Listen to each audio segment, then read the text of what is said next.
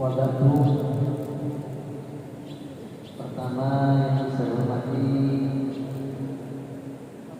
seluruh pengurus takmir Masjid Agung Sukamara. Tidak lupa juga yang saya hormati Ketua DKM Masjid Agung Sukamara, Pak Haji Ahmad Zunani. Benar ya, Ketua DKM-nya? Karena jadwal yang dibagikan ke saya itu Ketua DKM-nya. Serta yang saya banggakan seluruh jamaah Masjid Agung, yang tidak lupa juga kepada seluruh santri pesantren Darul Hijrah. Pagi ini saya diminta untuk menyampaikan makna puasa. Namun sebelumnya, marilah kita memanjatkan puja dan puji syukur kita kehadirat Allah Subhanahu wa Ta'ala. Semua pujian itu adalah miliknya Allah Subhanahu wa Ta'ala.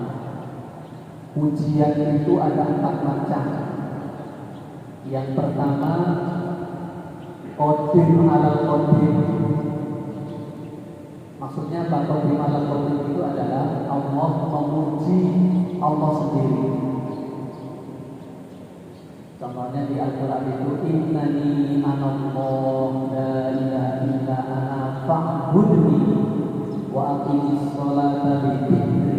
Itu jenis yang pertama.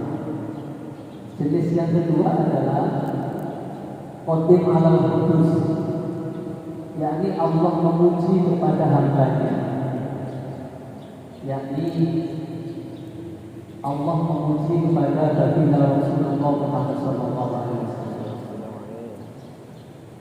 Kemudian yang ketiga, jenis pujian yang ketiga adalah qudus alal qadim, yakni pujian yang dilakukan oleh makhluk Allah kemudian memuji kepada Allah. Yang keempat, jenis pujian makhluk-makhluk, misalnya si A, kamu ini pinter sekali, kamu ini akhlaknya baik, kamu ini peranginya baik. Nah, sesama makhluk itu namanya qudus ala qudus. Nah, semua jenis pujian dari yang pertama, kedua, ketiga sampai yang keempat, hakikatnya adalah semuanya adalah miliknya Allah Subhanahu wa Ta'ala. Jadi mari kita memuji kepada Allah Subhanahu wa Ta'ala, dan termasuk juga kita bersyukur atas karunia kenikmatan yang dianugerahkan kepada kita. Yang berikutnya, marilah kita memperbanyak sholawat kepada baginda Nabi Muhammad sallallahu alaihi wasallam. Sholawat tentu ada yang maktur, ada yang ghairu maktur. Hari ini ada yang selalu memprotes ketika ada sholawat-sholawat yang dianggap tidak maksud. Termasuk yang diprotes oleh kelompok sebelah itu adalah sholawat Maria, sholawat Fatih. Itu dianggap sholawat bid'ah. Tapi kita tidak bisa ngurus kelompok yang suka seperti itu. Yang penting kita senang bersolawat. Insya Allah baginda Nabi Muhammad senang dan Allah juga senang. Yang berikutnya, saya tidak banyak menyampaikan terkait makna puasa. Jamaah sekalian dirahmati oleh Allah SWT, selain tujuan utama puasa yang sudah sering kita dengar, yakni biasanya mengutip ayat ya ayyuhalladzina amanu kutiba alaikumus syiyam kama kutiba alal ladzina min qablikum la'allakum tattaqun. Saya garis bawahi di bawahnya adalah la'allakum tattaqun, yakni agar menjadi pribadi yang bertakwa. Tetapi Tapi sesungguhnya kalau dirunut ayat berikutnya, tujuan utama di antara puasa itu selain mencetak pribadi yang bertakwa, itu adalah sesuai ayat di berikutnya. A'udzubillahi minasyaitonir rajim. Bismillahirrahmanirrahim. Walitu'minul 'iddata walitukabbirullaha 'ala ma hadakum wa la'allakum tashkurun. Kalau diterjemahkan secara bebasnya adalah walitu'minu, dan hendaknya kalian semua menyempurnakan. Apa yang disempurnakan? Al-iddata, hitungan. Maksudnya hitungan berpuasa. Hitungan berpuasa sebulan penuh. Sebulan penuh itu ada yang 29 hari, ada yang 30 hari. Bukan berarti sempurna itu ukurannya harus 30 hari, tidak. Seperti bulan Sya'ban kemarin itu hanya 29 hari. Itu juga sudah sempurna karena kemudian sudah lihat hilal, maka ketika sudah lihat hilal sudah harus berpuasa. Jadi walitu'minu al-iddata yang pertama, walitukabbirullaha yang berikutnya adalah hendaknya kalian semua mengagungkan kepada siapa? Allah, kepada Allah. Makanya di situ walitukabbirullaha ala ma hadakum, atas petunjuk yang telah diberikan Allah kepada kalian semua. Yang terakhir, catatannya saya ingin tegaskan di sini, selain tujuan puasa mencetak pribadi yang bertakwa seperti ayat 182, yakni la'allakum tattaqun di atas tadi, maka yang tidak kalah penting adalah wala'allakum tashkurun, agar kalian semua menjadi pribadi yang bersyukur. Ini yang kadang sering tidak disampaikan oleh penceramah. Pengkhotbah penceramah biasanya berhenti di la'allakum tattaqun saja. Padahal ayat berikutnya, saya harus pakai kacamata untuk membacanya, di ayat 185. Di akhir ayatnya wala'allakum tashkurun, agar kalian semua menjadi pribadi yang bersyukur. Nah, korelasinya apa? Orang yang bertakwa itu seharusnya juga pandai bersyukur. Jangan hanya pandai bertakwa secara lisannya, ucapannya, himbauannya bertakwa, tapi ternyata perilaku yang lainnya tidak selaras dengan nilai-nilai ketakwaan itu sendiri. Nah, puasa sekalian, selain diharapkan hukumnya setelah kita nanti keluar di bulan Ramadan, maka kita agar menjadi pribadi yang bersyukur kepada Allah Subhanahu wa taala. Saya ingin menambahkan sebelum saya akhiri untuk ini. Tadi saya menyampaikan walitukabbirullaha, itu dalil untuk takbiran nanti di akhir Ramadan atau setelah masuk 1 Syawal. Kita kan mesti takbiran. Nah, takbiran ini diambil dalilnya termasuk dari sini. Walitukabbirullaha ala ma hadakum. Nah, saya ingin menegaskan jangan sampai nanti saatnya saat takbiran itu ada kalimat yang kurang pas. Misalnya Allahu Akbar, Allahu Akbar, Allahu Akbar, la ilaha illallah, Allahu Akbar, Allahu Akbar, walillahil. Yang benar bagaimana? Ayo santri, acung. Walillahi. Santri mana santri? Santri semua ya. Walillahil hamd. Dalamnya biasanya dihilangkan. Kalau sudah keasikan takbiran walillahil hamd dikembing, padahal huruf akhirnya adalah dal. walillahi alhamdu. Kalau dibaca tidak dimatikan. Tetapi kalau mati diwakafkan, maka dalnya itu harus terkuat. Walillahil hamd. Jangan walillahil hamd saja. Kalau itu walillahil hamd pasti salah, dan itu akan merubah makna. Ini bahaya.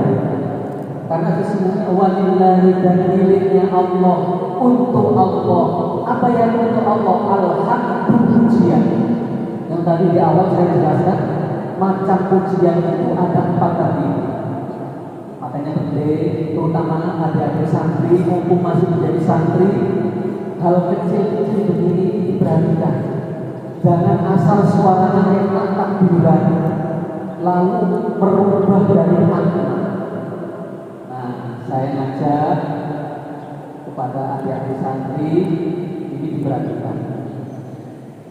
Saya tambahkan lagi satu lagi. Dalam urusan sholat, untuk salam itu kan kalau kita kenal, akhir itu kan salam nengok ke kanan dan nengok ke kiri. Assalamualaikum warahmatullahi ke kanan. Terus assalamualaikum warahmatullahi ke kiri. Pertanyaannya, adik-adik yang bisa menjawab, nanti saya dapat hadiah dari saya. Karena saya belum bawa hadiahnya, yang bisa jawab nanti suatu saat kalau saya kesini lagi tak kasih uang 50.000. 2 salam ini apakah dua-duanya rukun atau tidak? Kamu siapa namanya?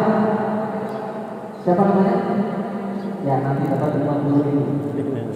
Bukan nanti ya, karena belum bawa uang. Tapi saya janjikan. Untuk yang pertama itu rukun. Untuk yang kedua sunnah. Artinya kalau kita setelah assalamualaikum yang kanan, kemudian keluar angin, paham ya maksudnya keluar angin? Alias kentut.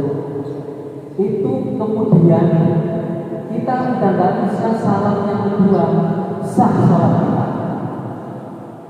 Tapi kalau assalamualaikum nengok ke kanan, keluar angin masih diteruskan assalamualaikum ke kiri, maka batal salat.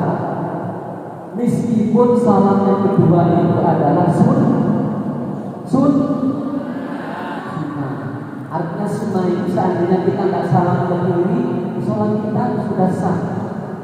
Tetapi walaupun sunnah, tapi kalau kemudian kita setelah keluar angin dari salam yang pertama dilanjutkan salam kedua, maka menjadi batal. Tapi fokus saya adalah tidak di situ. Fokus saya adalah jangan sampai makmum mendahului salamnya imam walaupun salamnya kedua. Karena saya perhatikan banyak imamnya itu belum salamnya kedua ke kiri, makmum itu sudah duluan salam. Yang kata lagi itu makmum masih assalamualaikum warahmatullahi, apalagi makmumnya imamnya salamnya mewanjang.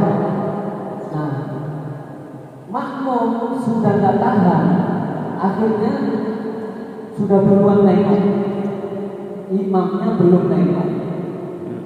Ini juga jangan sampai terjadi.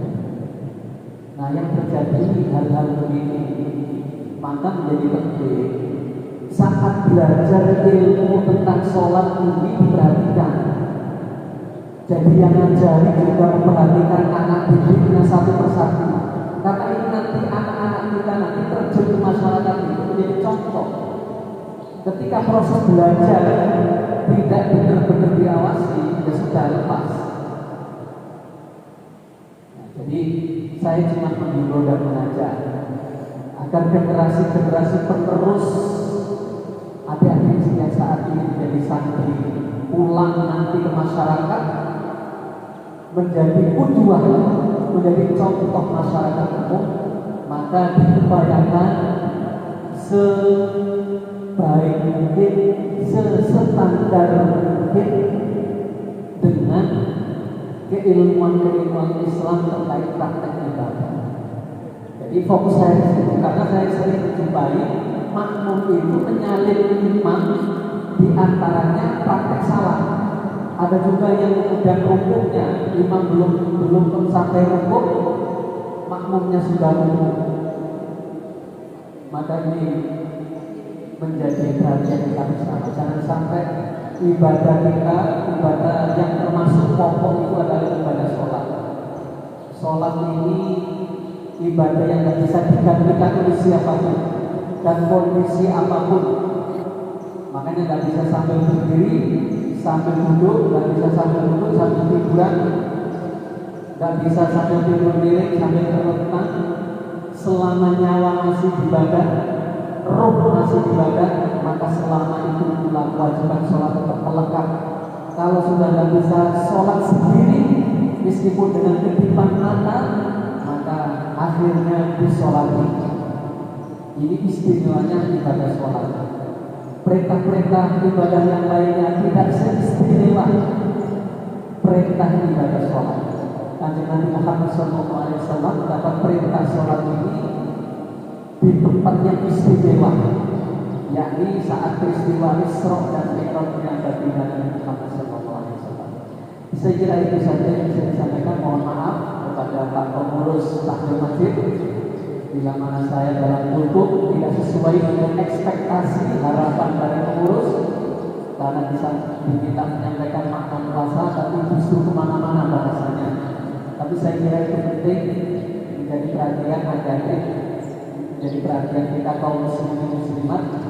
Mudah-mudahan kita dalam menjalani ibadah puasa Ramadan tahun 1440 Hijriah ini diberikan Allah kekuatan lahir batin, kesehatan, keafiatan, sehingga bisa maksimal bisa melaksanakan ibadah baik yang mahdho maupun baik mahdho, baik yang fardu maupun yang sunnah. Itu yang bisa disampaikan. Saya lagi mohon maaf dan saya akhiri. Assalamualaikum warahmatullahi wabarakatuh.